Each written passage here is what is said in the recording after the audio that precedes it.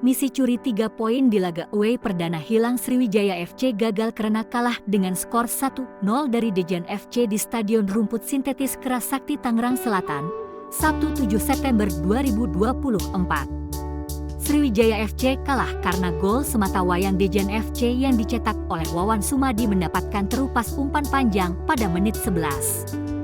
Lalu si kulit bundar dilesatkan Wawan Sumadi mulus ke gawang Jandia Eka Putra kiper Sriwijaya FC. Pelatih Sriwijaya FC Jafri Sastra mengatakan, setelah pulang dia akan melakukan introspeksi diri kenapa harus mendapatkan gol cepat di menit ke-11 tersebut. Kapten Sriwijaya FC Manda Cingi menambahkan, kekalahan perdana tidak akan membuatnya patah hati.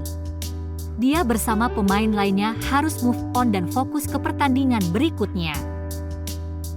Sementara itu wasit Trihendra Purba memberikan 3 kartu merah, 2 kepada Sriwijaya FC dan 1 kepada Dejan FC.